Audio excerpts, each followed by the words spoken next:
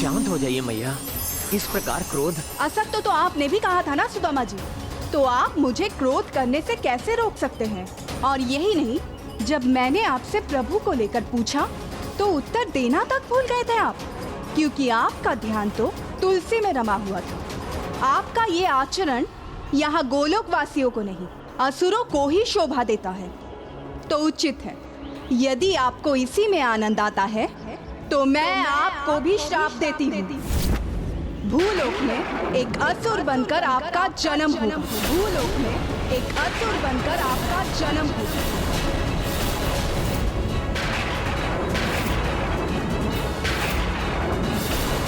और जो दरिद्रता आज आपने अपने स्वभाव में दिखाई है, वो उससे भी अगले जन्म में आपके साथ रहेगी, जब आप एक दरिद्र ब्राह्मण के रूप में जन्म लेंगे।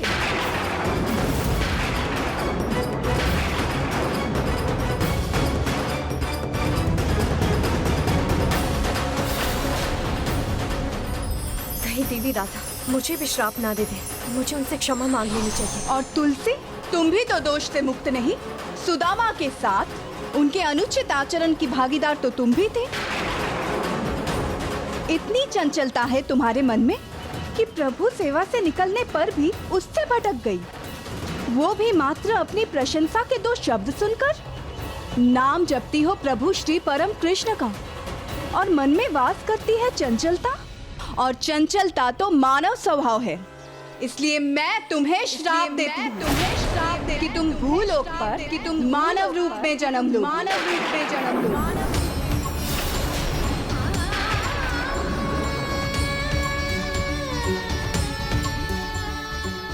ये न्याय नहीं, अन्याय है।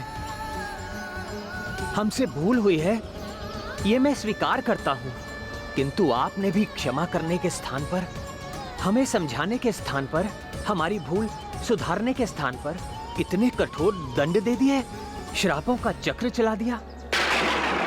और प्रभु आपने भी इस अन्याय में मैया का साथ दिया, शांत रहकर ये होने दिया।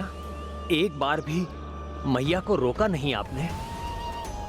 तो यदि मैं श्राप का भागी हूं, तो आप भी श्राप के भागी हैं। तो आप भी श्राप के भागी, तो आप भी श्राप के भागी, तो आप भी श्राप के भागी।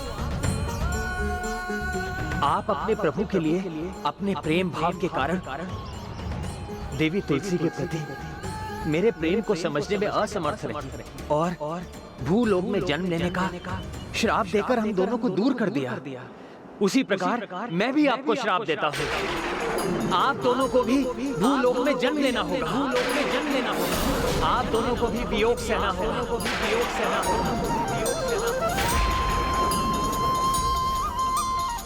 हाँ मैया, प्रभु श्री परम कृष्ण और आपको एक दूसरे से बिछोह की पीड़ा सहनी होगी। बिछोह की पीड़ा सहनी होगी। बिछोह की पीड़ा सहनी होगी।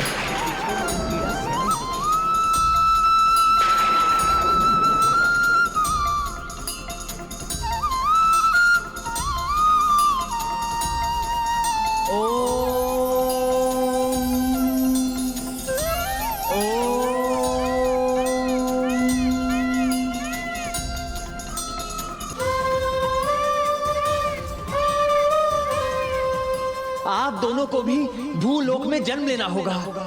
आप दोनों को भी वियोग सहना होगा। ये मैंने क्या कर दिया? कैसा श्राप दे दिया प्रभु और मैया को?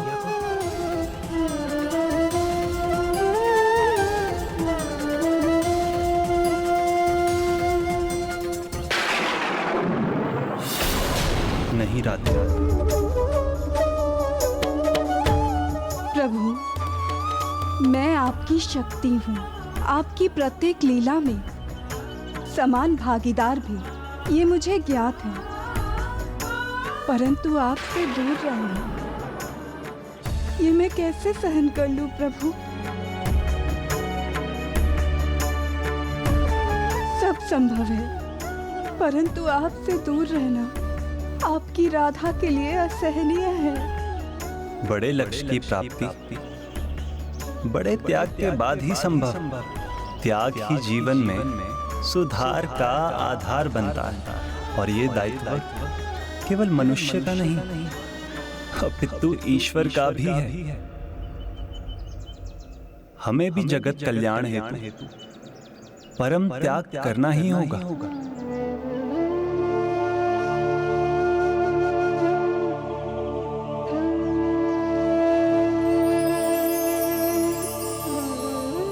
ये कैसा अनिष्टकारी श्राप दे दिया मैंने आप दोनों को।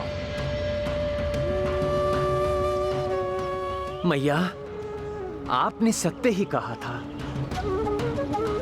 मैंने आसुरी स्वभाव का परिचय दिया है, इसलिए मेरा जन्म असुर कुल में ही होना चाहिए।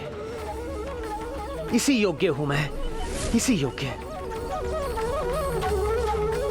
मुझे क्षमा कर दीजिए प्रभु, मुझे क्षमा कर दीजिए।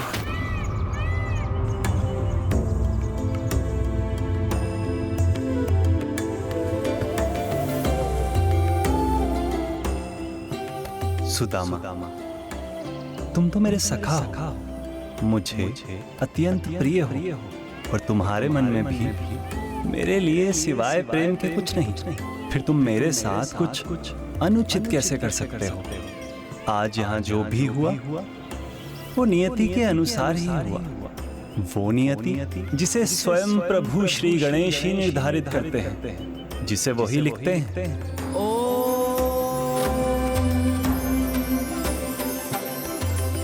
ये तो उन्हीं का लिखा विधि का विधान है। जो श्राप प्रिय राधा ने देवी विरजा को दिया है, वो श्राप होते हुए भी वरदान है, क्योंकि उसके अनुसार दिव्य नदी बनकर वो आध्यात्मिक और भौतिक संसारों को एक दूसरे से विलग करेंगे। अब गोलोक में उन्हीं को प्रवेश मिलेगा जो सांसारिक सुखों के प्रति अपने सभी आकर्षणों को त्याग कर अध्यात्म की भावना और पूर्ण भक्ति और निष्ठा से विरजा नदी को पार कर आगे बढ़ेंगे।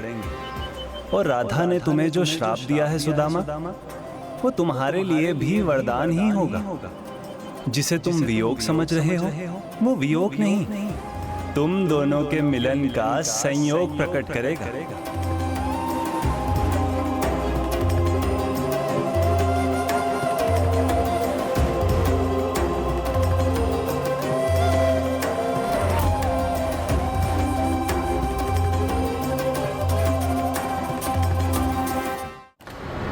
देवी तुलसी, आपको तो एक परम सुख प्राप्त होने वाला है।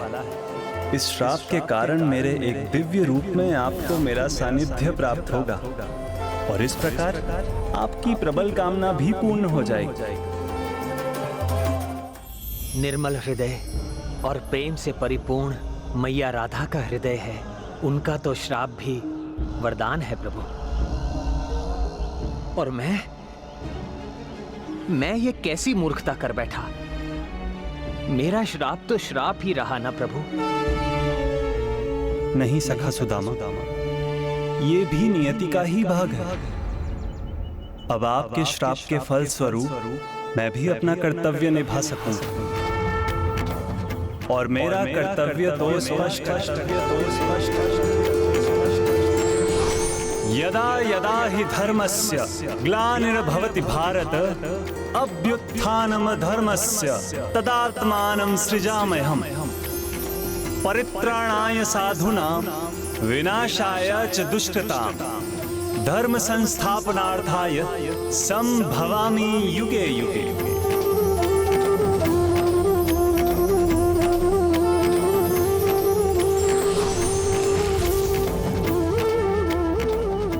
अर्थात जब जब संसार में धर्म की हानि होगी, संतों और साधुओं पर अत्याचार होंगे, तब तब धर्म की रक्षा हेतु मैं अवतार लूंगा और अधर्म का नाश करूंगा। और अब आपके श्राप के कारण मैं श्री कृष्ण अवतार लूंगा, जो मेरे पूर्ण अवतार होंगे। दुराचारी कंस, जरासंध, शिशुपाल के वध का कारण बनूंगा। धर्म युद्ध महाभारत का प्रणेता होऊंगा, और पृथ्वी पर धर्म की स्थापना करूंगा। आपकी लीला अपरंपार है प्रभु। नारायण नारायण। ये मेरी ही लीला नहीं है देवर्षि, ये तो श्री गणेश द्वारा रचित नियति भी है, जिसका एक महत्वपूर्ण भाग उजागर होना भी शेष है। अर्थात अभी तक जो हुआ उसको आधार देने के लिए अभी एक मुख्य श्राप तो शेष है। और एक श्राप?